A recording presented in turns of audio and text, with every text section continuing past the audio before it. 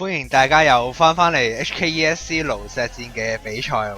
啱先就係由呢個Ken0531追翻一局啦。我哋見到戰士第一次出場，佢就已經係獲得首勝。係啦，睇係一個好嘅開頭啊！上次修練咗一個星期之後，有收成翻嚟，就要睇下佢今日嘅戰士可唔可以追翻兩局咯。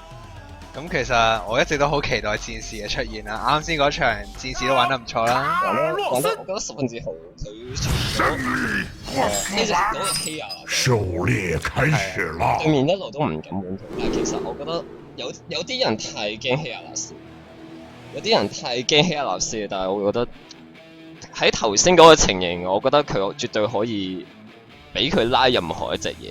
但係其實佢應該都係選擇想搶血咯，啱先嗰場係啊。咁我而家呢一場就係獵人對上戰士，咁我哋暫時見都係一個中速嘅感覺。係啦，我哋見到崇犬者啦，同埋啱先見到嘅呢一個吉福斯。係啊，吉福斯其實喺 GVG 之後都係一個幾熱門嘅抽牌卡，尤其是對上獵人呢啲容易將自己嘅牌打晒啦。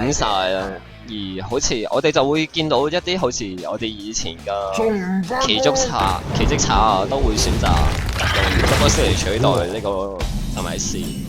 因為吉福斯，我覺得刷就唔算太好用，除非你係生物刷。因為你如果係傳統嘅 combo 嘅刷咧，好容易就積住大堆手牌，所以吉福斯對佢嚟講冇咁好用。跟住我哋成日見到獵人一 cost 嘅小龍鷹，就係由織網者彈翻嚟。我覺得小龍鷹接近係彈翻嚟嘅牌最冇用嘅一張之一，因為基本上對面冇可能俾你小龍鷹喺場上面生存多過兩個回合。佢稍為勁過船長都已經冇少少，因為佢有封路。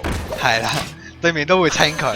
如果係船長都已經冇嘅話，對面應該冇。頭先嗰下個操作比較細微啲，就係先叫小龍鷹，再叫飛刀手，就係因為佢希望佢抽牌啊。但係相信佢都會選擇打個小龍鷹嘅。係啦，因為始終都係一個冰凍嘅陷阱。我覺得獵人呢張冰凍嘅陷阱真係好麻煩嘅一張牌，就係一個搶節奏非常之好用。而當初獵人滿天下嗰陣時，好多人就會選擇用一隻一 cost 嘅衝鋒野豬去解佢嘅冰凍陷阱。呢個就係小龍鷹俾佢生存咗。小龍鷹係硬扣咗6滴血，太強了小龍鷹，仲要壓埋對面死亡之勢嘅一把19內疚。因為其實獵人嚟講咧，好多我哋睇落去好似冇乜用嘅呢一個野獸去咗獵人手上都會變好用，無論係小龍鷹定係呢一個憤怒雞，完全唔慳牌喎，已經係甚至係斬殺埋對面。因為對上獵人你最重要唔可以俾佢有長優或者扣得你太多血啦。不過獵人6 cost 係一個好難解嘅張牌，就係呢張草原師。係啊，無論你甚至你已經用完解牌殺佢，佢仲有2隻嘢。係啦，2隻土落。不過都冇計啦，而家戰士都需要硬解佢。因為戰士雖然我哋成日都話戰士嘅血係攞嚟買，但係18血其實已經有啲低。其實對上獵人嚟講，戰士買血呢個戰術係冇咁好用。因為對面可以用天生技嚟削你嘅護甲。係，佢已經係2張擊殺命令喺手噶啦喎。再加埋呢一個冰凍陷阱，仲有英國弓，睇嚟獵人呢關已經係冇乜辦法，應該係戰士冇乜辦法。係啦，就睇下戰士會唔會選擇用呢個地獄敲嚟解場。但係戰士已經係14血，只要2張土狼喺手嘅話，無論係4血啦，天生嘅2血啦，英國弓3血，你計下先。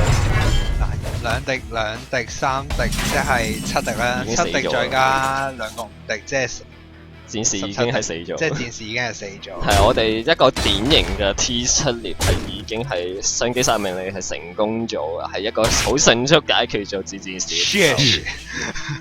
係啦，相信。我哋頗為期待嘅戰士，只係拎咗1勝之後就被爹打咗翻屋企啦。人果然係延續係呢個零敗嘅呢個優勢。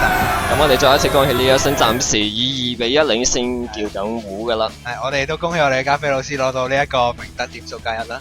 我就覺得係獵人打戰士就係、我覺得獵人首先手牌唔錯，佢冰凍陷阱用得好啦，然後對面抽唔到佢應該有嘅牌。